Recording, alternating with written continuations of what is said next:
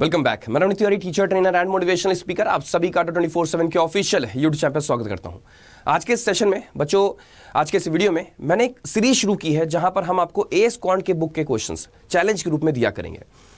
और जैसा कि हम सभी पता है कि एएस क्वांट की book one of the best books में से एक है, और ना केवल बैंकिंग के बच्चे बल्कि अदर कॉम्पिटिशन के बच्चे भी इस बुक के क्वेश्चंस को सॉल्व कर रहे होते हैं।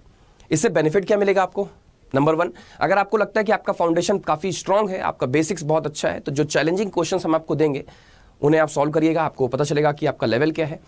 नंबर 2, इस बुक को सॉल्व करने वाले बच्चों का डाउट भी बहुत सारा होता है ना। तो इस सीरीज के माध्यम से आपको अपने क्वेश्चंस का डाउट का सॉल्यूशन भी मिल रहा होगा, है ना। और साथ ही साथ अगर आपके पास ऐसे बहुत सारे क्वेश्चंस हो गए एएस क्वांट की बुक के, ऐसे बहुत सारे क्वेश्चंस का सॉल्यूशन अगर आपको मिल गए, अगर आपने उनको समझ लिया अच्छे से, तो आपका जो अंडरस्टैंडिंग लेवल होगा वो भी इंक्रीज करेगा। और अगर आने वाले समय में आपको अच्छे लेवल के क्वेश्चंस मिलते हैं, अननोन क्वेश्चंस मिलते हैं, तो उनको भी आप सॉल्व करने का सही तरीका जान पा रहे होंगे, है ना। तो ये सीरीज मेरी कैसी लगी आप लोग बताइएगा जरूर कमेंट में। तो शुरुआत किया जाए जल्दी से, फिर जल्दी शुरुआत करते हैं अपने ताबड़तोड़ अपने से ब्यूटीफुल सेशन की, क्योंकि हम सभी पता है पढ़ना बहुत कुछ है और समय बहुत है कम। और साथ ही साथ ये भी बता दें, जो भी क्वेश्चंस होंगे वो कहीं ना कहीं 7 स्टार क्वेश्चंस होंगे, काफ़ी अच्छे क्वेश्चंस होंगे, वो किसी ना किसी बड़े एग्जाम में पूछे गए होंगे, हो सकता है मेंस का हो या फिर प्री में भी अगर पूछा गया होगा तो भी हिला देने वाला क्वेश्चन होगा, ठीक है। तो पहला क्वेश्चन, यानी कि एक ही क्वेश्चन है आज के स्क्रीन पर, तो क्वेश्चन आपके स्क्रीन पर आने वाला है, ये रहा। परफॉर्म करें सारे बच्चे। अब ये क्वेश्चन जो है आरआरबी क्लर्क मेंस 2019 में पूछा गया सवाल है। क्वेश्चन नंबर 17 है ये, और पेज नंबर 98 पर अवेलेबल होगा एएस क्वांट की बुक में। तो ट्राई करें इस क्वेश्चन को, और हम आपको 2 मिनट का समय देंगे। उसके बाद आप चाहो तो पॉज भी कर सकते हो इस वीडियो को और खुद से ट्राई कर सकते हो क्वेश्चन, उसके बाद फिर आप सोल्यूशन देखिएगा। Cost price of article A is 600 rupees more than that of B, and selling price of A is 1200 more than that of B. If difference between profit earned on selling these two articles is 13 whole 1/3% of the cost price of A, then find profit earned on B if profit percentage earned on A is 33 whole 1/3%. वस्तु A का लागत मूल्य B की तुलना में 600 रुपए अधिक है और A का विक्रय मूल्य B की तुलना में 1200 रुपए अधिक है। यदि इन दोनों वस्तुओं को बेचने पर अर्जित लाभ के बीच का अंतर A के लागत मूल्य का 13 सही 1/3% है, तो B पर अर्जित लाभ ज्ञात करें यदि A पर अर्जित लाभ प्रतिशत 13 सही 1/3% है। ओके, तो होपफुली आपने क्वेश्चन को समझ लिया होगा।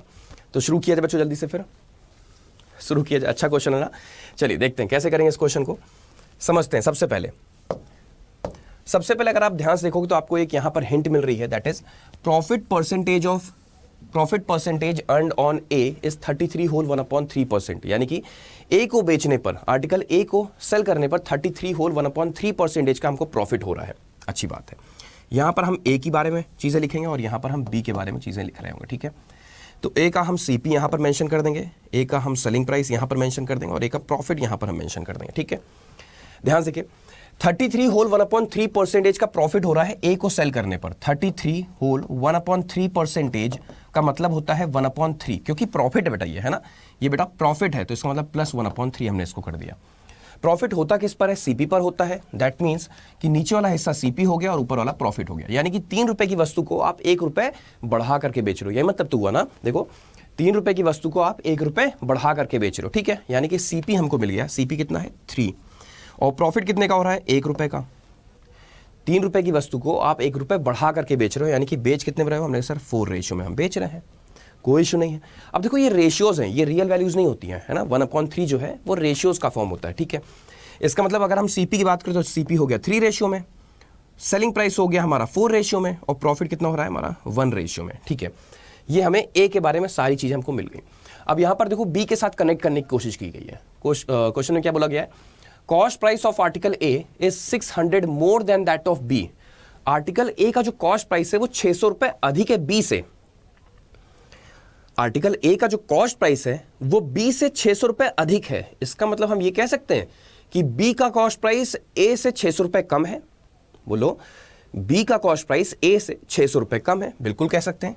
यानी कि अगर ए का कॉस्ट प्राइस बी से 600 रुपए अधिक है तो बी का कॉस्ट प्राइस ए से 600 रुपए कम है, यानी कि ए का कितना है 3 रेशियो में, तो इसमें से हम माइनस कर दें 600, अच्छी बात है, आगे बढ़ते हैं। Selling price of A is 1200 रुपए अधिक देन बी, है ना, तो इसका मतलब सेम रिवर्स है ना, यानी कि बी का जो सेलिंग प्राइस होगा वो ए की सेलिंग प्राइस से 1200 रुपए कम होगा। तो ए की सेलिंग प्राइस है कितनी, हमने कहा सर 4 रेशियो में है, तो 4 रेशियो माइनस कर देते हैं 1200, इजी। हमारे पास कॉस्ट प्राइस भी आ गया, हमारे पास सेलिंग प्राइस भी आ गया बी का भी। अच्छा, इनका प्रॉफिट निकाल सकते हैं हम लोग, बिल्कुल निकालेंगे। प्रॉफिट का मतलब क्या होता है बच्चों, प्रॉफिट मतलब होता है selling price minus cost price, ठीक है। तो यहां पर इनका सेलिंग प्राइस कितना है, 4 रेशियो माइनस 1200, ये है इनकी सेलिंग प्राइस। तो 4 रेशियो माइनस 1200 माइनस कर देंगे हम इनकी कॉस्ट प्राइस को, यानी कि कॉस्ट प्राइस माइनस करते हैं 3 रेशियो माइनस 600, ठीक है। दैट मीन्स 4 रेशियो माइनस 1200 हुआ, माइनस 3 रेशियो प्लस 600 हुआ। That means 4 ratio minus 3 ratio आ गया हमारे पास 1 रेशियो, माइनस 1200 प्लस 600 मतलब कि माइनस 600। ये हमारे पास क्या आ गया, इनका प्रॉफिट आ गया, 1 रेशियो माइनस 600, ये हमारा प्रॉफिट आ गया, ठीक है, अच्छी बात है। ओके, इनको हमने हटा दिया, फिर हमारे पास प्रॉफिट आ चुका है, ठीक है ना। ठीक है बच्चों, हमारे पास प्रॉफिट आ चुका है। अब देखो क्वेश्चन में क्या कहा गया है, क्वेश्चन कह रहा है कि if the difference between profit earn on selling these two articles is 13 whole 1/3% of the cost price of A.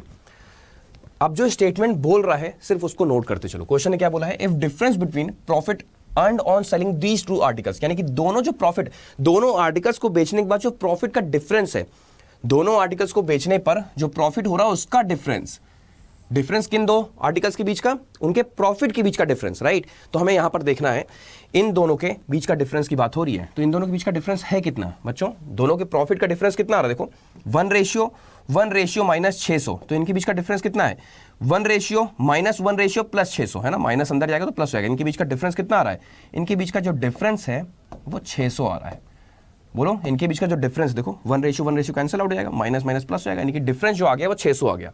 अब जो क्वेश्चन कह रहा है ना उसी को करते चले जाओ, आपका आंसर आ जाएगा। ध्यान देखिएगा कैसे, क्वेश्चन कह रहा है जो डिफरेंस ऑफ प्रॉफिट है, यानी कितना 600, ये जो 600 है on selling these two articles is का मतलब क्या होता है, इज मतलब होता है इक्वल्स टू 13 होल 1/3%, का मतलब क्या होता है 13 × 39 1 40, यानी कि 40/3% का मतलब होता है बटे 100, यानी कि 40/300, है ना।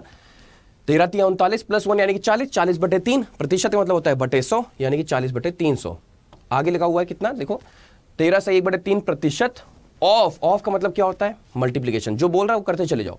Cost price of article A, cost price of article A, cost price of article है कितना, हमने कहा 3 रेशियो है, यहां लिख देते हैं 3 रेशियो।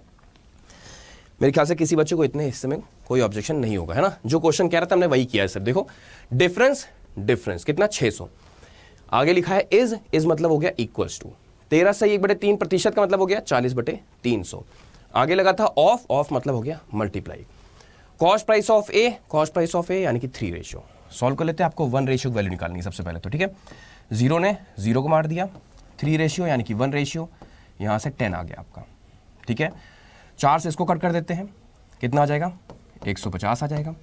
तो 1 रेशियो की वैल्यू क्या आएगी, 10 इधर जाके मल्टीप्लाई कर जाएगा, यानी कि 1500, ये आ गया 1 रेशियो की वैल्यू। क्या पूछा क्या जा रहा आपसे, पूछा रहा find the profit earned on B का प्रॉफिट निकालना है। बी का प्रॉफिट यही तो है बेटा, है ना, बी का प्रॉफिट यही है, यानी 1 रेशियो में से 600 माइनस कर दो।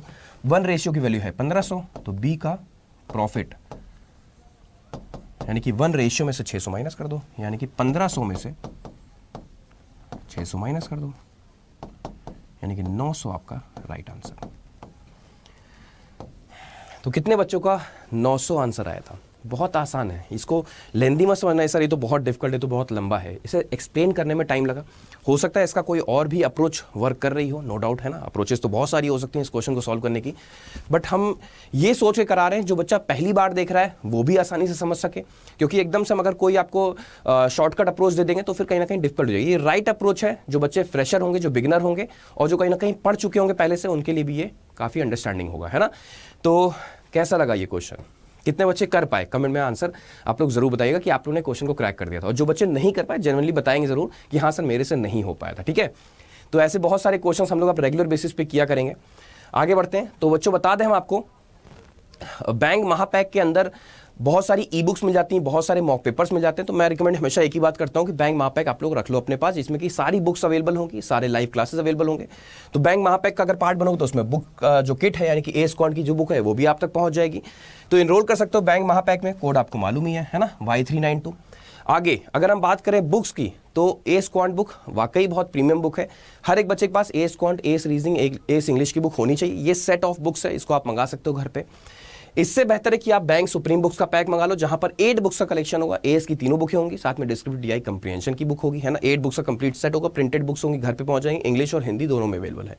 और साथ में अगर आपके पास मॉक्स नहीं है तो भी चैलेंजिंग बात है ना, बैंक प्राइम टेस्ट बैग भी आपके पास होना चाहिए। लेकिन अगर आपके पास बैंक महापैक है तब तो कुछ करने की जरूरत नहीं, सब कुछ आपके पास अवेलेबल हो जाएगा ना, बुक्स भी आपके घर पर पहुंच जाएंगी, ठीक है।